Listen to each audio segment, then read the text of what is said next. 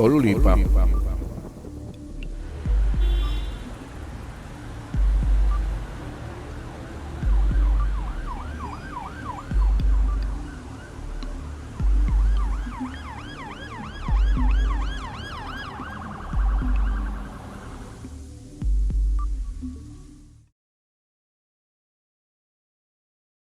Muy buenas tardes, preciada audiencia.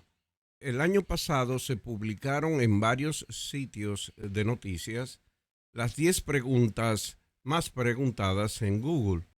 Dentro de ellas habían algunas de ciencia. ¿Cuál fue la pregunta de ciencia más preguntada en Google? ¿Qué es la energía?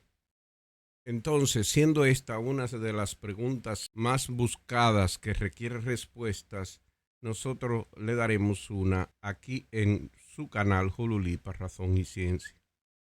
Pero antes de ello, vamos a tratar algunos asuntos de importancia para la ciencia. Según Carl Sagan, la ciencia es un proceso que se autocorrige. ¿Y por qué se atrevió a decir Carl Sagan tal cosa? Bueno, porque los fraudes científicos son descubiertos por científicos. Porque la ciencia tiene un proceso llamado peer review o revisión por pares, que se cercioran que lo escrito o expresado por científicos con relación a algún descubrimiento o avance en alguna rama de la ciencia sea verdadero y que haya cumplido con los preceptos éticos que la investigación científica demanda. Pero volviendo al tema de la física, entonces hablaremos de dos cosas principales antes de entrar a explicar qué es la energía. Los fenómenos físicos y aquellas cosas que explican por qué estos ocurren. Primero, los fenómenos físicos son estudiados o explicados por dos palabras que hemos definido para ello. La primera es el hecho. ¿Qué es un hecho? Una realidad observada. ¿Qué es la ley? La ley es una descripción usando matemáticas de una observación. Siempre son verdaderas bajo circunstancias específicas. Por el otro lado, en el rango de cosas que explican los fenómenos está la hipótesis, que es una posible explicación que debe ser capaz de ser probada o falsificada. Y por último está la teoría científica, que es una explicación de un fenómeno con pruebas y experimentos que concluyen su veracidad e incluyen todas las partes anteriores mencionadas. En este sentido, el hecho es lo que responde a la pregunta ¿qué?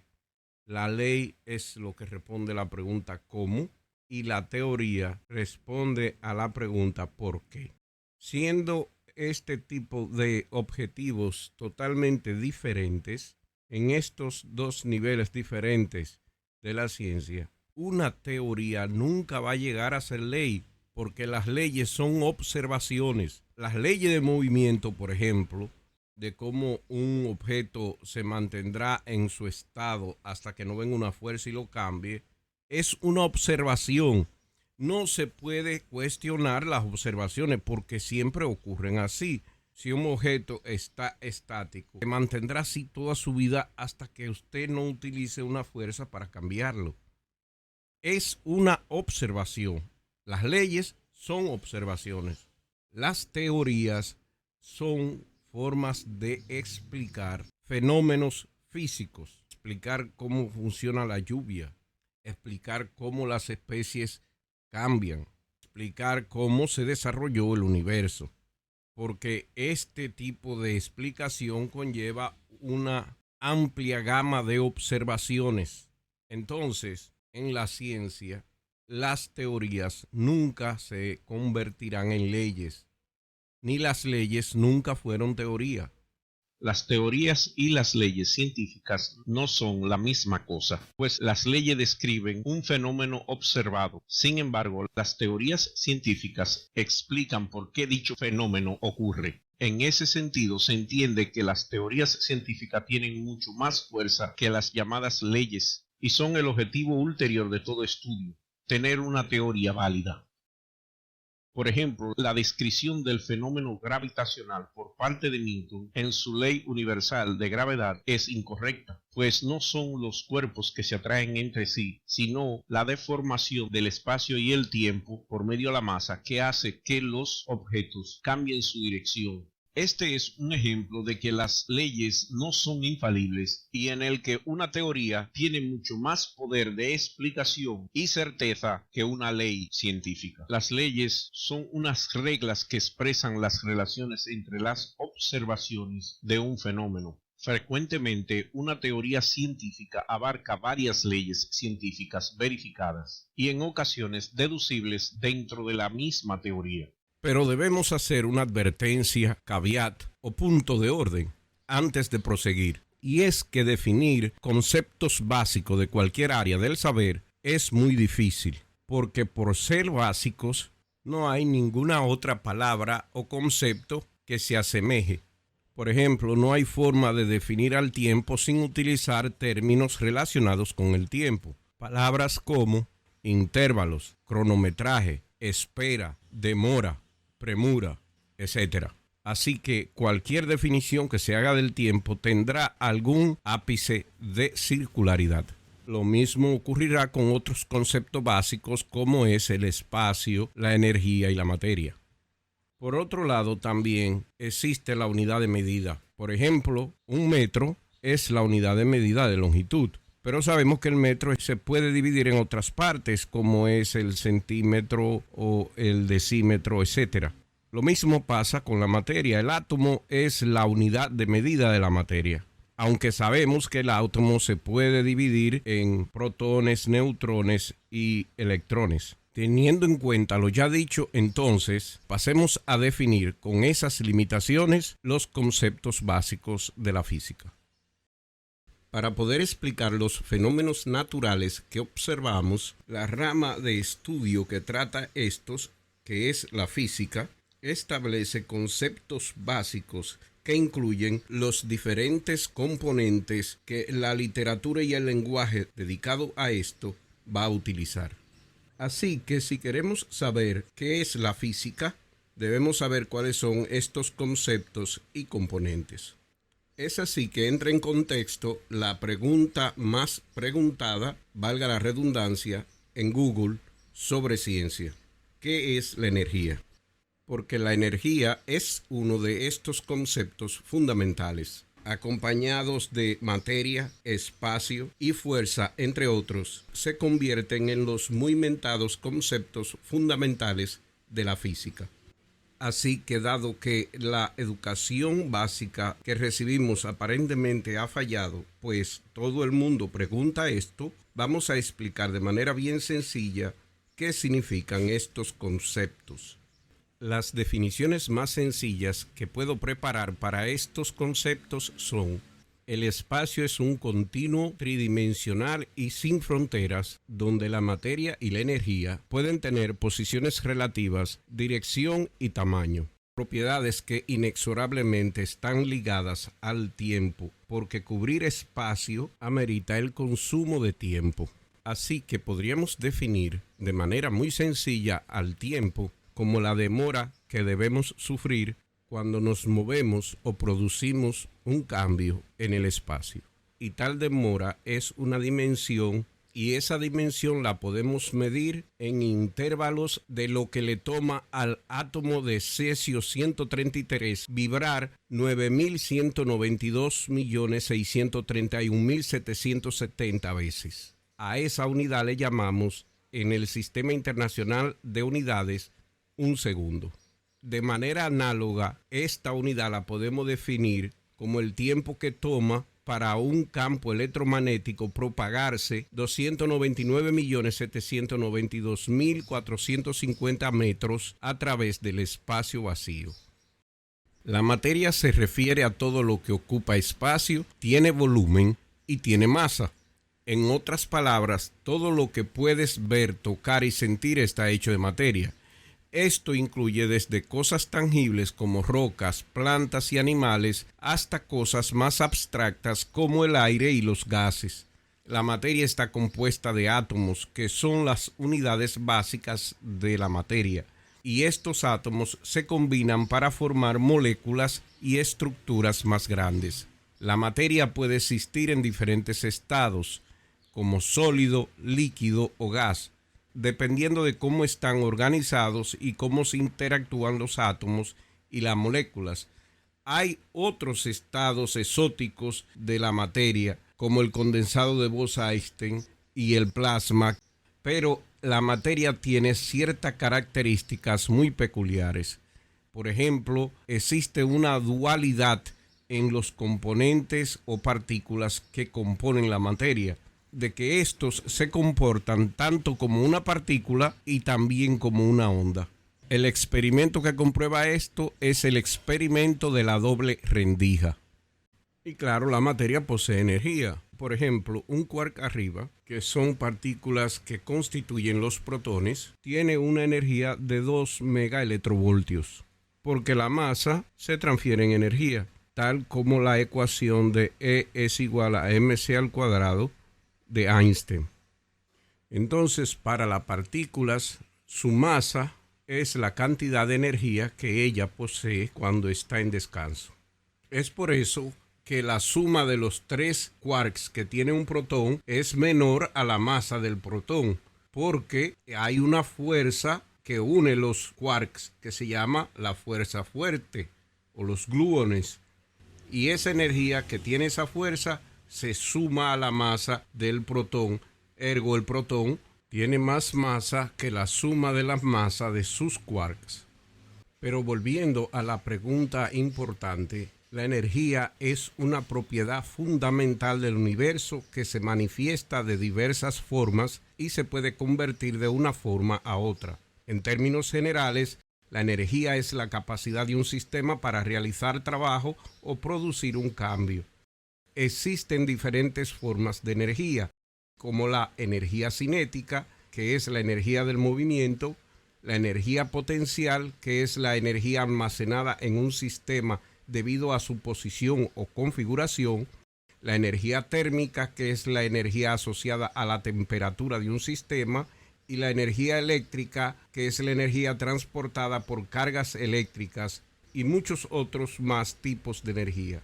El comportamiento, aplicación o uso de la energía se rige por varios principios básicos de la física, como el principio de conservación, que establece que la energía no se crea ni se destruye, solo se transforma de una forma u otra, aunque esto no es absolutamente verdadero, pues en un universo en expansión, la energía no se conserva. Otro concepto básico es la equivalencia entre masa y energía, que hablaremos más en detalle más luego. Pero hay un concepto ligado a la energía muy usado en la física, que es la fuerza. La fuerza es una magnitud física que puede cambiar el estado de movimiento o de reposo de un objeto, así como su forma o tamaño. En términos simples, la fuerza es empuje o alado, tirón, en otras partes del mundo que hablan español, que causa que un objeto se acelere, desacelere, se detenga o cambie de dirección cuando interactúa con otro objeto. Se expresa mediante un vector que tiene magnitud, o sea, intensidad, y dirección. Según la segunda ley de Newton, la fuerza neta aplicada a un objeto es igual a la masa del objeto multiplicada por la aceleración que produce la fuerza, lo que se conoce con la famosa ecuación F igual a m por a, donde F es la fuerza, m es la masa del objeto y a es la aceleración que experimenta el objeto. Las fuerzas pueden tener diferentes orígenes, como la gravedad, la fricción, la tensión, la resistencia aerodinámica, entre otras. El último concepto que queremos tocar es aquel relacionado con la rama de estudio que llamamos termodinámica, porque mucha gente, desconocedores del asunto, regurgitan argumentos que utilizan aspectos de la termodinámica y que al final fallan porque la termodinámica no dice lo que ellos creen que dice. La termodinámica es una rama de la física que describe los estados de equilibrio termodinámico a nivel macroscópico. Estos estados de equilibrio se estudian y definen por medio de magnitudes extensivas tales como la energía interna, la entropía, el volumen o la composición molar del sistema, o por medio de magnitudes no extensivas derivadas de las anteriores como la temperatura, la presión y el potencial químico. En fin, la termodinámica está regida por leyes que determinan el desarrollo de los sistemas termodinámicos a través del tiempo. Una forma para determinar que una persona que está hablando de termodinámica no domina el concepto, solamente hay que preguntarle cuántas leyes rigen la termodinámica. El que no sabe dirá inmediatamente 3, cuando en realidad hay 4 grandes principios o leyes que la rigen. Esto ocurre porque ellos usualmente memorizan la primera ley o la segunda ley de termodinámica, lo cual les deja muy mal preparados para poder argumentar con éxito sobre el tema ante una persona que sí conoce del tema. La ley cero o el principio de equilibrio térmico, de manera simple, es el principio que dice que si se pone un objeto con cierta temperatura en contacto con otro a una temperatura distinta, ambos intercambian calor hasta que sus temperaturas se igualan. Esto así, según Maxwell, porque todo calor es del mismo tipo. La primera ley o el primer principio refleja la conservación de la energía. El incremento de energía de un sistema es igual a la cantidad de energía añadida al sistema menos la cantidad de energía perdida en el ambiente o consumida como resultado del trabajo realizado por el sistema. En otras palabras, el calor es convertido en trabajo y el trabajo es convertido en calor. La segunda ley, que es el principio de la irreversibilidad de los fenómenos físicos, es la más controversial de todas. Esta ley se cumple especialmente durante el intercambio de calor e introduce la función de estado de entropía, S. El punto más importante del segundo principio o ley de termodinámica es que, como ocurre con toda la teoría termodinámica, se refiere única y exclusivamente a estados de equilibrio. Toda definición, colorario o concepto que de ella se extraiga solo podrá aplicarse a estados de equilibrio, por lo que formalmente parámetros tales como la temperatura o la propia entropía quedarán definidos únicamente para estados de equilibrio. Si alguien intenta en una discusión o explicación extrapolar estos al universo entero, está cometiendo una falacia de equivocación. Así que, según el segundo principio, cuando se tiene un sistema que pasa de un estado de equilibrio A a otro B, la cantidad de entropía en el estado de equilibrio B será la máxima posible e inevitablemente mayor que la del estado de equilibrio A. Evidentemente, el sistema solo funcionará cuando esté en tránsito del estado del equilibrio A al B y no cuando se encuentre en uno de estos estados. Sin embargo, si el sistema está aislado, su energía y masa no han podido variar, según el primer principio. Si la entropía se maximiza en cada transición de un estado de equilibrio a otro, de modo que el desorden interno del sistema aumenta, se ve claramente un límite natural. Cada vez costará más extraer la misma cantidad de trabajo, pues según la mecánica estadística, el desorden equivalente debe aumentar exponencialmente, dado que la cantidad de trabajo se obtiene del paso de un estado ordenado a otro de mayor desorden. Es en este sentido, entonces, que la entropía es la medida del desorden de un sistema. En sistemas aislados, la entropía siempre incrementa. En un sistema con baja entropía se puede hacer trabajo. Si la entropía es alta, la energía pierde la capacidad de hacer trabajo. A esto se le llama calor y el mismo no puede hacer trabajo. Por último, el tercer principio, tercera ley, es aquel que dice que no se puede alcanzar el cero absoluto en un número finito de etapas.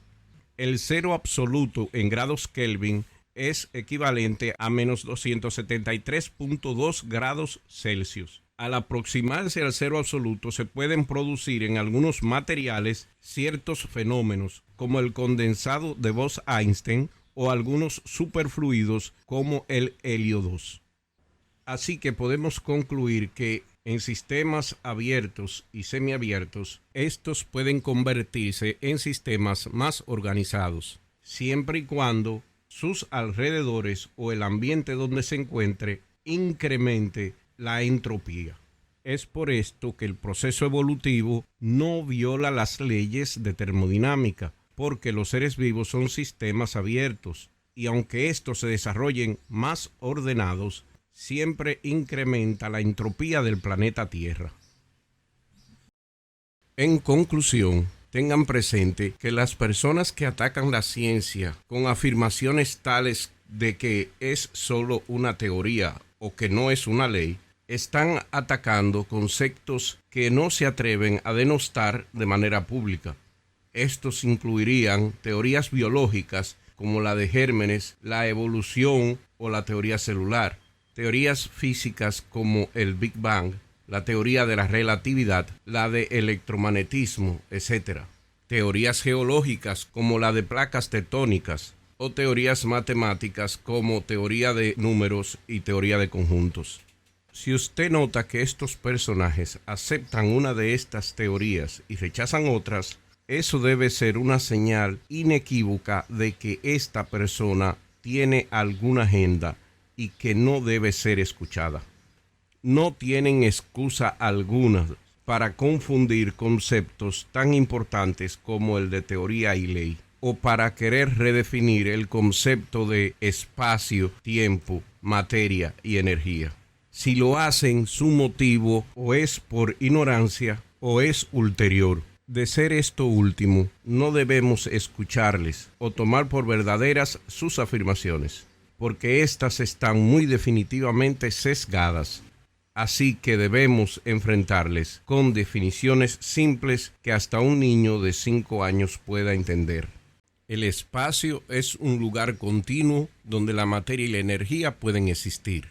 Materia es todo lo que ocupa espacio. Energía es lo que hace que la materia interactúe con otra materia. Fuerza es cómo se expresa la energía para producir un cambio. En física, estos cambios los describimos como hacer trabajo. La duración, demora o espera de producir un cambio o moverse en el espacio la llamamos tiempo y la medimos con la unidad llamada segundo.